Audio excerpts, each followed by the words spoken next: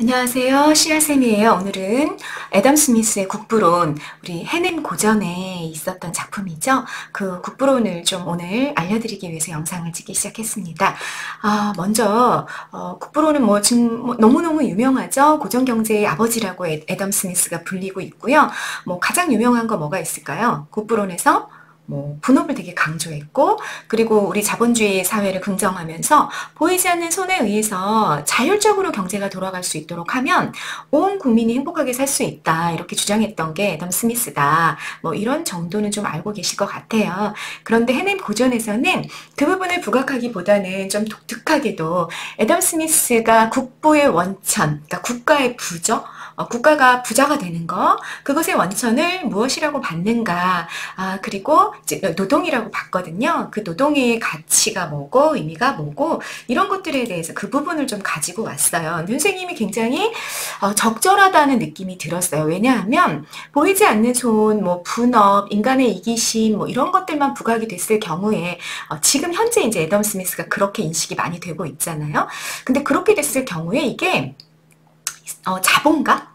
자본가 계급을 위해서 뭔가 어떤 경제 이론을 만든 사람인 것처럼 애덤 스미스가 좀 보일 수 있어요. 그런데 사실은 애덤 스미스가 무슨 특권 계층을 위해서 경제 이론을 만들거나 이랬던 사람은 아니고, 사실은 정말로 국가가, 국민 전체가 잘 사는 나라, 이런 것들을 굉장히 꿈꿨던, 되게 그런 점에서 되게 이상적이었던 그런 경제 이론가였다라고 볼 수 있거든요. 그래서 그런 부분에 대한 오해를 좀 바로 잡아주기에 해냄 고전이 굉장히 적절한 본문을 선택했다라는 느낌이 듭니다. 자, 그래서 이 본문에서는 노동자의 권리, 이런 것들에 대한 이야기들을 주로 하거든요. 그리고 학습활동 연결해가지고, 그럼 지금 현재 한국 사회에서의 어떤 경제적인 문제가 있고, 이걸 어떻게 해결할 수 있는지, 이런 것까지 잘 설명해주고 있어요. 그래서 거기까지 해서 선생님이랑 좀 점검을 하고 넘어가시겠습니다. 자, 먼저 해제인데요. 역사적 배경, 이 작품이 나오게 된 역사적 배경, 요거를 좀 먼저 이해하고 가야 되겠다라는 생각이 들어서 역사적 배경에 대해서 먼저 살펴보도록 하시겠습니다. 근대 국가가 형성되던 16세기에서 18세기 당시 유럽의 많은 나라들은 정치적으로는 왕정 체제를, 경제적으로는 국가의 부를 축적하고자 하는 중상주의 체제를 수립하였다. 자, 여러분이 여기서 기억하고 가야 될 게 이제 중상주의예요. 잠시만요. 색깔 펜을 좀 바꿔봅시다.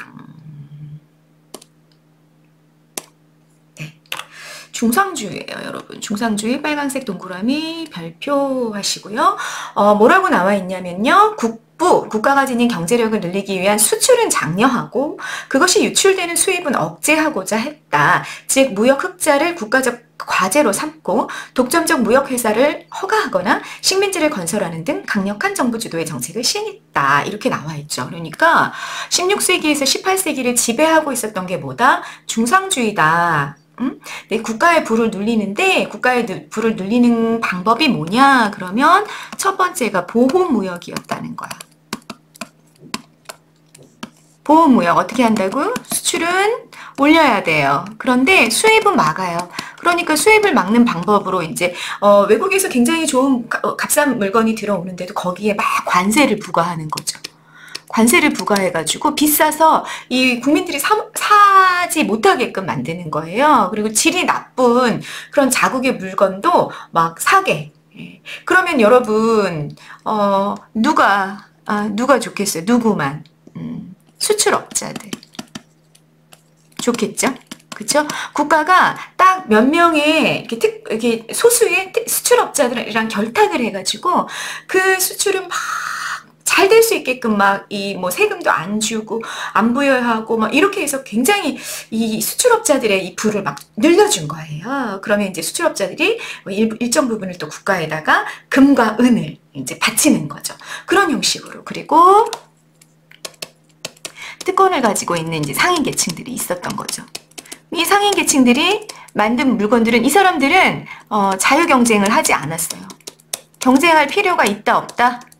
경쟁할 필요가 없는 거죠. 경쟁할 필요가 없으면 이것도 지웁시다.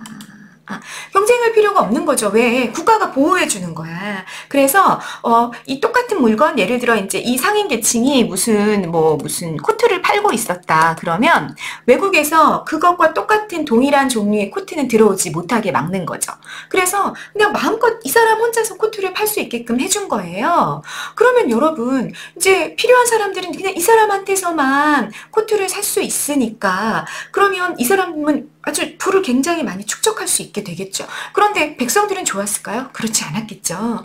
본인이 원하는 것을 자유롭게 이렇게 선택할 수 있는 게 아니라 오로지 그거 하나만 질이 나쁘더라도 살 수밖에 없었던 거예요. 그런 일들이 일어나고 있었던 게 언제다? 16세기에서 18세기의 유럽의 상황이었다라는 얘기입니다.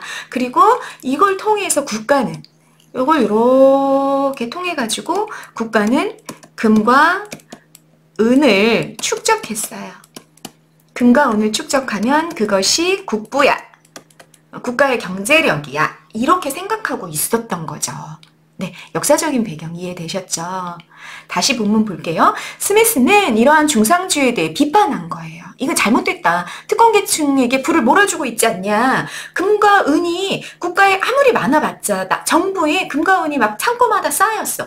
그런데 국민들이 가난하다면, 국민들이 비참하게 살고 있다면 그게 무슨 의미가 있겠냐. 이렇게 문제를 지적한 거죠. 국부는 금과 은을 늘리는 데 있는 것이 아니라 국민들이 얼마나 많이 생산할 수 있느냐, 국민들이 얼마나 자신들의 부를 축적하기 위해서 자신들의 노동을 활용해가지고 얼마나 많은 생산을 할 수 있느냐, 이게 중요하다. 노동량을 늘리고 노동 생산성을 높이는 것이 국부의 원천이 된다라고 주장했습니다.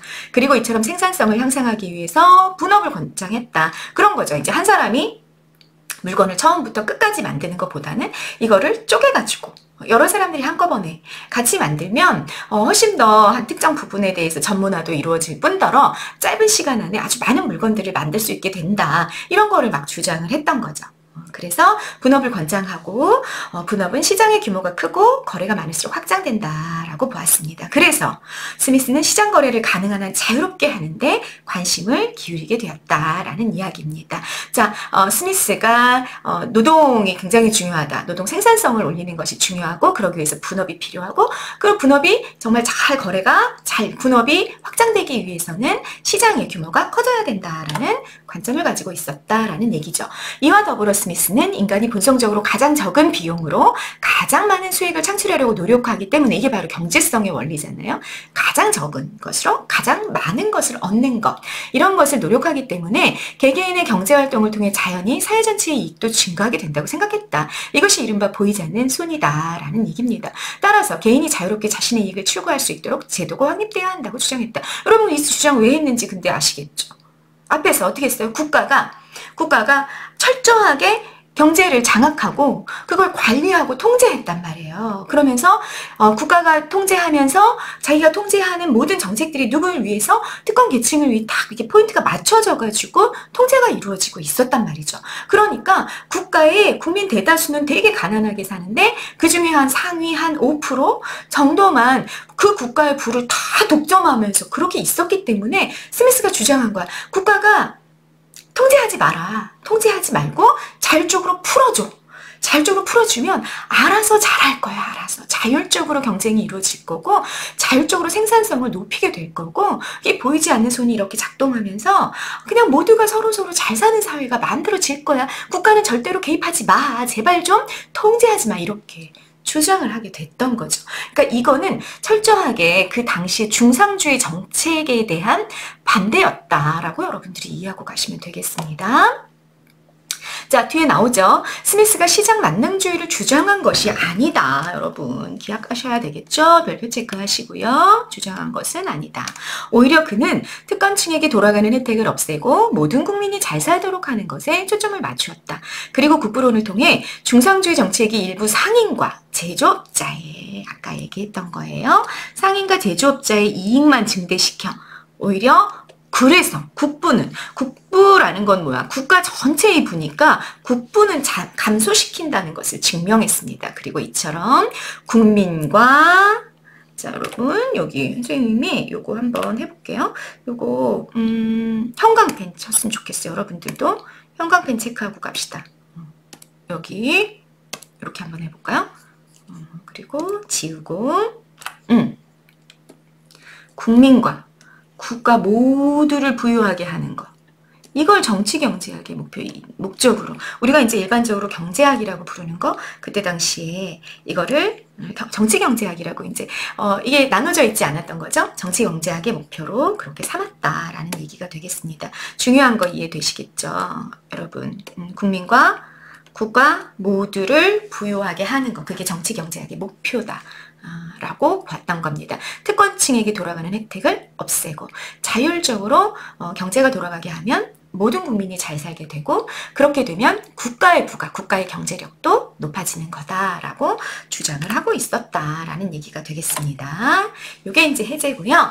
자, 구체적으로 그럼 내용을 한번 살펴봅시다. 노동자의 임금 적정선이 뭐냐, 어느 정도냐, 어느 정도를 이제 임금으로 줘야지만 노동자들이 먹고 살만할 것인가, 뭐 이런 문제를 처음 다루기 시작했어요. 국부의 원천을 뭐라고 봤다? 여러분, 이것도 빨간색 동그라미 별표입니다. 노동이라고 본 거예요. 국가의 부의 원천은 노동이다. 그러면 누가 중요해지는 거야? 네, 노동자가 중요해지는 거죠. 깡티형이란 사람의 견해에 굉장히 적극적으로 찬성하면서 깡티형이 뭐라고 말했냐? 가장 저급한 일에 종사하는 노동자도 2명의 자식을 부양하기 위해서는 적어도 자기 자신의 생활비 2배를 벌어야 된다. 그러니까 4인 가족의 경우에는 자기 생활비의 2배 정도를 벌 수 있도록 해줘야 된다. 가장 형편없는 노동자의 노동이라도 건장한 노예의 노동보다 적은 가치를 가질 수 없다. 이 깡티용이 이렇게 이제 2가지 얘기를 했다는 얘기예요. 그러면서 이제 노예보다는 더 많이 벌어야 되는 게 너무 당연한 거고 가족을 부양할 수 있을 정도의 비용을 불려면 2배 정도 이렇게 얘기했다는 거죠. 그 깡티용의 전문가죠. 전문가의 권위에 의지하는 말하기가 나왔다. 자, 말하기 방식은 중요하잖아요. 전문가의 권위를 인용하면서 국부의 원천이 노동이라서 노동자의 임금을 어떻게 줘야 할 것인지에 대한 자기 논의를 개진하기 시작했다라는 얘기입니다. 자, 당시 노동자들 그럼 어떻게 살아가고 있었냐? 아동 사망률이 출생 인구의 50%에 가까웠대요, 여러분. 그러니까 자식을 2명을 낳다 그러면 1명은 죽는 거예요. 그럼 그 정도로 이 어떤 위생 상태라든지 생활 환경이라든지 아니면 먹거리라든지 이런 게 굉장히 좋지 않았다. 영양 상태 이런 것도 굉장히 나빴다라는 얘기죠. 그냥 정말 영국에 산업화가 막 일어나고 있었던 시대잖아요. 그러니까 그때 이제 노동자들은 진짜로 막 하루에 13시간, 15시간까지도 일하고 값싼 노동력이 막 줄을 서 있었기 때문에 뭐 여인들이랑 어린아이들도 공장에서 노동을 해야만 했었고 뭐 이런 굉장히 비참한 현실이었다는 얘기는 우리 익히 들어 알고 있잖아요. 그런 삶을 살고 있었단 말이에요. 아담 스미스는 뭐라고 주장을 했냐면 적어도 노동자 자신의 생활을 유지하는 데 충분해야 하고 대부분의 경우 가족을 부양하기 위해서 이보다 좀 더 많은 임금을 지급해라. 최하급의 노동에서도 한 가정을 부양하기 위한 부부의 노동 수입은 그들의 생존 유지에 필요한 것보다 좀 더 많아야 한다. 이것이 최저임금 수준이다. 라고 이야기했다는 얘기입니다. 부부가 같이 일을 해요. 왜냐하면 그때 당시 산업화 시대 때는 막 값싼 노동력을 공장에서 구했기 때문에 여인들도 가서 공장에 가가지고 막 일을 했었단 말이죠. 그런데 이 부부의 노동 수입이 그 가족을 부양하기 위해서 생존 유지에 필요한 것보다 많아야 된다. 왜? 가족을 부양하기 위해서. 라고 이야기를 하고 있습니다. 그것이 그리고 정말 최저임금이 돼야 된다. 최저임금보다 노동자에게 그 아래로 지급해서는 안 된다고 정하는 국가가 정하거나 주체가 국가가 정해주거나 아니면 기업이 정하는 거죠. 이런 그 아래로 지급해서는 안 된다고 약속한 그 임금 그것을 주어야 한다. 그래서 한 가족을 부양할 수 있게끔 해주는 것이 맞다. 이렇게 보았다는 얘기입니다. 자, 이렇게 받고 있었다는 얘기예요. 그때 당시에 노동자들이 그렇게 못 받았다는 얘기죠. 그렇게 받지 못하고 예를 들어 한 가족을 부양하기 위해서 하루에 5,000원 정도가 필요했다면 받는 돈은 한 500원 정도밖에 안 됐었다 그 얘기예요. 그래서 그걸 5,000원까지 좀 늘려줘라 라고 이야기했다라는 얘기입니다. 그 다음 노동자의 임금 수준과 공평한 사회에 여러분 전제를 걸었어요. 전제를 뭐라고 이 사람이 전제를 달아놨냐면 국가의 부가 계속적인 증대가 일어나. 그러니까 그냥 아예 부유한 상태 이게 아니고 국가의 부가 계속해서 이렇게 계속 이렇게 올라가는 거죠. 이렇게 올라가면 당연히 그건 노동임금의 인상을 가져오게 된다. 이렇게 봤어요. 그러니까 국부랑 노동임금은 같이 이렇게 인상되는 거다라고 전제를 깔아놓은 거죠. 그래서 가장 급속히 부유해지고 있는, 여러분 이거 진행형인 거예요. 진행형. 부유해지고 있는 나라의 노동임금은 당연히 부유해지고 있으니까 노동임금도 계속해서 높아져야 되고 가장 높아야 된다. 이렇게 전제를 깐 거예요. 그렇게 전제를 깔고 나서 그 전제에 입각해서 당시 영국을 보는 겁니다. 당시 영국을 봤더니 북아메리카의 어느 지역보다 훨씬 더 부유해. 국가의 부는 많아요. 그런데 노동임금은 북아메리카가 더 높아. 설명 방식 뭐 쓰였어요? 대조. 대비 쓰였죠. 뭐랑 대비했어요? 북아메리카 임금이 더 높아. 영국 낮아 임금이. 이거 어떻게 된 거야? 자기 전제에 의하자면 국가의 부가 부유해지고 있는 나라는 노동임금이 높아야 되는데 영국은 그렇지 않다. 현재 훨씬 북아메리카보다 부자인데, 나라는 부자인데 근데 노동임금은 더 적다. 이렇게 얘기하면서 이건 좀 문제다라고 문제를 지적을 하는 거죠. 너네 그렇게 노동임금을 인상시켜주지 않으면 국가의 부도 결국은 계속 부유해질 수는 없어. 왜? 전제에 의하자면 노동임금이 인상되는 게 부유해질 수 있는 나라의 조건이니까 라고 얘기하는 거죠. 국민 전체의 의식주를 공급하며 국민 대다수를 이뤄 노동자들이. 기업가들이 2명이면 뭐 노동자들은 막 1000명, 10,000명 이렇단 말이야. 그러니 이 노동자들이 자신의 몫으로 받는 노동임금을 통해 그런 대로 잘 먹고 잘 입고 좋은 집에서 살 수 있어야 공평한 사회지 않냐. 공평한 사회는 그러니까 노동자들이 어떻게 해야 된다? 노동임금을 통해서 자신이 번 노동의 대가를 통해서 잘 먹고 잘 입고 좋은 집에서 살 수 있어. 이게 이제 중산층이 되는 거죠. 이 노동자들이 중산층이 되어서 중산층이 이렇게 넓어져야만 그래야 국가의 부도 올라갈 수 있어 라고 얘기한 거예요. 그러니까 국부가 증대한다. 국가의 부가 늘어난다라는 것이 원인이 되어서 노동의 후한 보수라는 결과가 일어나야 돼라는 인과적인 설명을, 원인과 결과. 국부가 올라가면 올라갈수록 그 결과 뭐가 일어나야 돼? 노동의 후한 보수가 주어지고, 그래서 노동자들이 잘 먹고 잘 입고 잘 살 수 있게 돼서 중산층들이 늘어나면 다시 어떻게 돼요? 국부가 증가하고 이게 이렇게 선순환을 타야 된다라는 인과적인 설명을 하고 있습니다. 그래서 노동자의 생활 상태를 보면 국가가 어떤지 알 수 있게 되는 거죠. 국가가 진보하고 있을 때의 노동자들의 상태는 어때요? 국가가 이렇게 진보하면, 국가의 부가 증대하면 자기들한테 이렇게 후한 보수로 내려오니까 행복하고 편안하게 되죠. 사회가 정치한 상태에서는 어려워지게 되고, 국가의 부가 막 이렇게 줄어들고 있어요. 쇠퇴 상태에서는 정말 비참해지는 거다. 이 노동자들의 생활 상태를 보면 국가가 진보하고 있는지, 그 사회가 진보하고 있는지, 정체 상태인지 쇠퇴 상태인지를 노동자의 생활 상태를 보고도 알 수 있어. 이렇게 애덤 스미스는 주장한 겁니다. 따라서 국가의 계속적인 부의 증대, 사회의 진보를 위해서는 노동자들의 삶이 행복하고 편안해야 하고, 그러기 위해서 어떻게 해야 돼? 결과적으로 노동임금을 인상해야 한다. 공평한 사회는 노동자들에게 대가가 정당하게 돌아가는 사회이고, 국가가 계속적으로 부가 증대가 되고 사회가 진보하기 위해서 어떻게 해야 된다?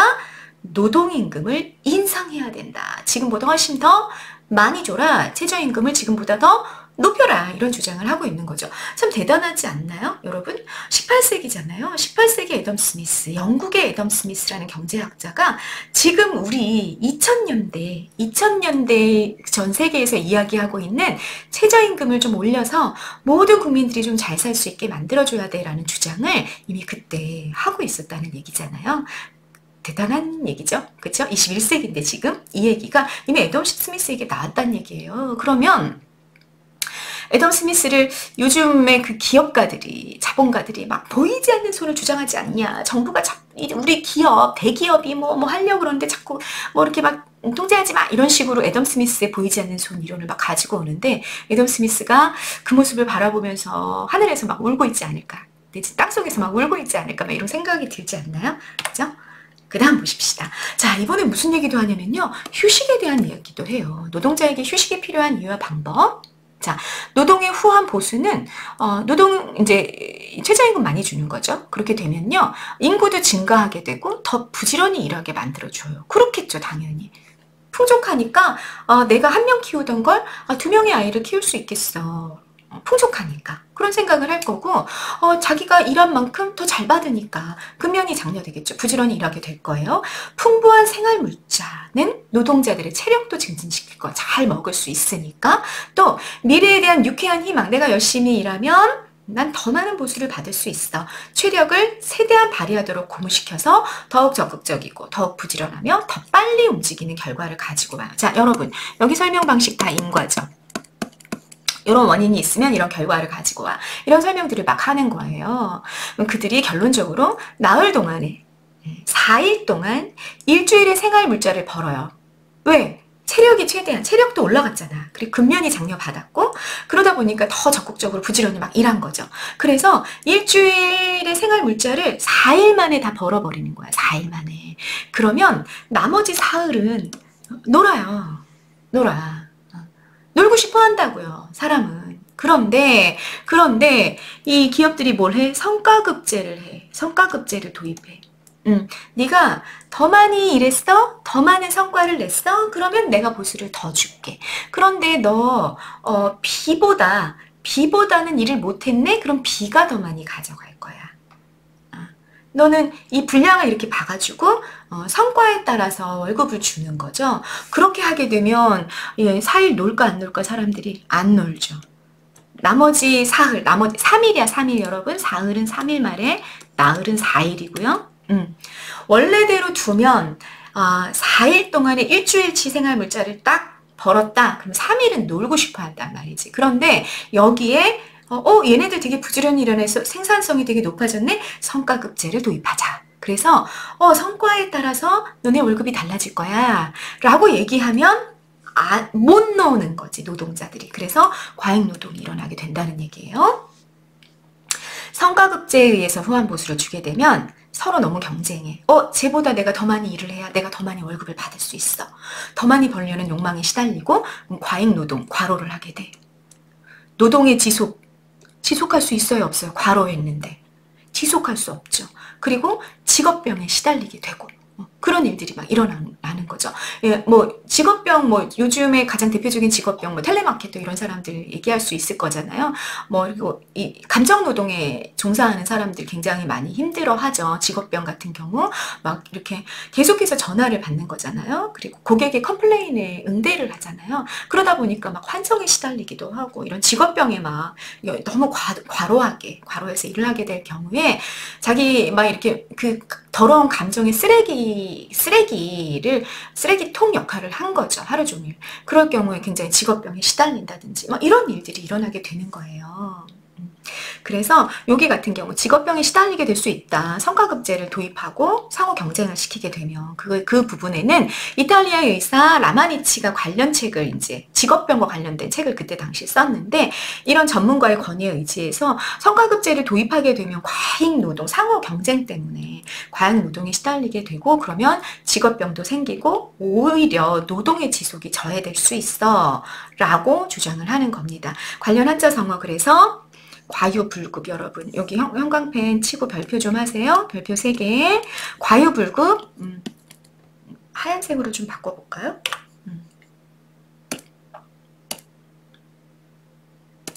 네. 지나친 것은 모자란 것보다 못하다. 차라리 모자란 게 낫지. 지나치면 안 돼. 성과급제 줘가지고 지나치게 과잉 노동하게 하면 안 돼. 관련 한자성어가 된 거예요. 과유불급. 본말 전도. 본과 말. 정말 중요한 것과 중요하지 않은 게 뒤바뀌었어. 그 얘기죠. 중요한 것과 안 중요한 게 뒤바뀌었어. 정말은 뭐야? 노동이 지속되는 것이 중요한데 그거보다 월급을 막 더 그 노동에 따라 주다 보니까 정말 중요한 건 노동이 지속돼야 되는 건데 그게 아니라 오히려 과잉 행동을 하게 됨으로써 중요하지 않은 것이 주인이 되어버림으로써 오히려 노동의 지속이 저해받았어. 그 얘기를 하는 거야. 소탐대실 무슨 뜻이겠어요, 여러분? 작은 것을 탐내다가 대실 큰 것을 잃어버려 라는 뜻이고요. 주객전도, 본말전도 같은 의미가 되는 거죠. 그죠? 네, 요런 한자성어가 있어요, 여러분. 그러니까 자, 이렇게 기억하시면 되겠습니다. 성과급제와 관련해가지고 과잉노동을 가지고 오고, 그래서 결과적으로는 노동의 지속이 저해되는 상황, 그 상황에 대해서 선지유기를 해볼까? 그 상황에 대해서 어떤 한자성어들이 있다. 자, 지금 한번 같이 암기해 봅시다. 뭐가 있다? 지나친 것은 모자란 것만 못하다. 과유, 불급이 있다. 자, 중요한 것과 중요하지 않은 것이 뒤바뀌었다. 보다 본말전도나 주객전도가 있다. 작은 것을 탐하다가 오히려 큰 것을, 그러니까 당장의 노동력이 좀 늘어나는 것을 원하다가 오히려 큰 것을 잃어버릴 수 있다. 소탐, 대시 이런 한자성어들이 들어갈 수 있다라는 얘기입니다. 그리고 나서 다시 빨간색으로 좀 바꿀게요. 그렇기 때문에 결과적으로 어떻다? 제도가 좀 필요해. 제도가 좀 필요해. 잠시만요. 네. 제도가 좀 필요해 라는 이야기를 하게 되는 겁니다. 제도적으로 성과급제가 과도하게 일어나 과잉노동이 일어나지 않도록 막아줘야 돼. 그럴 때는 이제 국가가 좀 개입하거나 그럴 필요도 있어지겠죠. 계속 보십시다. 정신적인 노동이든 육체적인 노동이든 간에 계속해서 며칠간 많은 노동을 하고 난 후에는 대부분의 사람들은 쉬고 싶은 욕구가 생기며 이는 본성의 요구예요. 본성의 이거. 사람이 너무 과하게 일을 하고 나면 쉬고 싶은 거죠. 그러니까 어떻게 돼야 돼? 충족돼야 돼. 그 요구에 따르지 않으면 결과는 위험하고 치명적일 수도 있고 거의 언제나 조만간 특유한 직업병을 유발하게 된다. 적당히 일함으로써 계속 일할 수 있는 사람은 자신의 건강을 가장 오랫동안 유지할 수 있을 뿐만 아니라 1년 전체로 봤을 때 더 많은 양의 일을 할 수 있기 때문에 고용주는 어떻게 해라? 고용주는 노동자들의 휴식을 보장하고 더 많이 돈을 벌려는 욕망 때문에 노동자들은 그런 욕망이 있단 말이에요. 더 많이 벌려는 것도 욕망이야. 그런데 그것이 노동자들의 과로를 가져오지 않도록 규정이나 제도를 마련해야 된다. 그것이 바로 급여 상한액을 명문화하는 것. 예로 나와 있습니다. 급여 상한액 여러분. 그러니까 월급 가장 많이 받을 수 있는 상한액이죠. 있는 월급액을 제한하는 거야. 제한. 여기까지만 받을 수 있어 이렇게 얘기하는 거지. 네가 아무리 열심히 일해도 네가 받을 수 있는 건 500만 원까지야. 예를 들자면 이렇게 해놓는 거예요. 그러면 그 더 이상 일할까 안 할까 사람들이 월급 여기까지만 받을 수 있으니까 그 이상의 노동은 안 하겠죠. 이게 이제 과잉 노동에 해당이 되는 거고 요거는 안 하게 된다라는 얘기입니다. 그래서 급여 상한액을 명문화시키는 거 이런 것들이 제도가 될 수 있겠다라고 이야기를 하고 고용주가 이 성과급을 너무 과도하게 하지 말고 오히려 급여 상한액 명문화 같은 규정을 통해서 휴식할 수 있도록 그래야 오히려 1년 전체로 보면 어떻게 돼? 노동 생산성은 훨씬 더 좋아질 수 있으니까 그렇게 해줘라. 쉴 수 있게 해줘라 라는 얘기입니다. 자, 애덤 스미스가 노동자들의 삶에 관심을 가진 이유. 글쓴이는 노동자들이 임금을 통해 생활에 어려움이 없이 잘 살 수 있어야 국가의 부도 중대할 수 있다고 생각했다. 아까 계속 얘기한 거죠. 국가의 부는 노동자들의 생활 수준, 노동자들의 임금이랑 비례 관계야. 비례야. 또한 계속 국가가 부유해지고 여러분 이거 진행형이라 그랬어. 계속해서 부가 쭉쭉쭉쭉 올라가. 그럴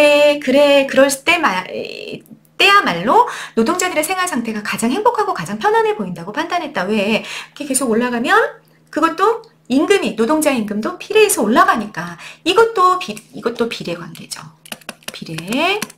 즉 글쓴이는 노동자들의 삶과 국가의 부는 불가분의 관계 뗄래야 뗄 수 없는 관계. 뭐가 노동자들의 삶과 국가의 부가 이렇게 묶여 있어. 불가분의 관계라고 본 것입니다. 물론 인도주의적인 관점에서 노동자들에 대한 처우가 개선돼야 한다고 생각한 부분도 있지만 근본적으로는 여기야. 그러니까 인도주의적인 측면보다는 애덤 스미스 같은 경우는 경제학자니까 노동자와 국가가 모두 부유해지는 길을 모색하는 과정에서 노동자들의 생활과 처지에 관심을 가진 것이었다라고 우리가 정리를 한번 해볼 수 있겠다라는 얘기입니다. 자, 18세기 초기 자본주의 시대였었죠. 영국 산업화가 막 일어나고 있었고, 다른 유럽의 나라들은 왕정체제가 굉장히 견고했었는데, 영국은 그래도 좀 자본주의 사회로 이렇게 바뀌어가고 있었어요. 국부론의 시대적 가치. 당시 영국은 노동자들의 노동 환경에 대해 큰 관심을 가지지 않았고, 고용주들이 최대한의, 이제 고용주들은 여러분 자본가들 말하는 거죠. 자본가. 기업주. 기업의 주인, 공장의 이제 자본가. 최대한의 이익을 내기 위해 노동자들을 학대하는 일이 빈번했대요. 실제로 많은 사람들은 아서영의 다음과 같은 말에 동의했다고 합니다. 아서영이 이런 말을 했대요. 하층 계급이 가난하게 살도록 해야 한다. 그렇지 않으면 부지런히 일하지 않으리라는 걸 모르는 바보는 없다. 돈을 최저한으로 줘. 그래야지만 얘네들이 더 많이 일할 거야. 이렇게 아서영 같은 사람들이 얘기했고 많은 사람들이 거기에 동의했고 정부도 거기에 동의하고 있었다는 거죠. 그래서 최대한 가난하게 살게끔. 그래야 그 돈을 벌기 위해 열심히 일할 테니까 막 이렇게 생각을 하고 있었다는 거예요. 이런 상황에서 노동자들의 처우 개선에 대해 언급한 국부론은 정말 게임 생각을 담고 있는, 그때 당시에는 정말 말로 표현할 수 없을 정도로 기발한 발상을 담고 있는 작품이 되었다는 거죠. 산업화와 자본주의 발전이라는 미명하에 자행되는 부조리한 사회현상, 노동자들을 탄압하고 착취하고 이런 사회현상을 고발하고 정책적인 대안, 엄마나 여러분, 정책적인 대안까지 제시하고 있는, 뭐 성과급제 과잉 주지 말고 뭐 이런 거 있잖아요. 급여 상한액을 뭐 제한하는 것을 명문화하고 뭐 이런 정책까지 제안하고 있는 그런 엄청나게 깨였던 작품이었다. 그러니 이제 아직까지 고전이라고 우리가 봐야 되는 거죠. 네. 자, 학습활동입니다. 해냄 고전에 있는 학습활동이에요. 현재 한국의 노동 상황과 해결 방안 어떤 게 있을까? 문제점.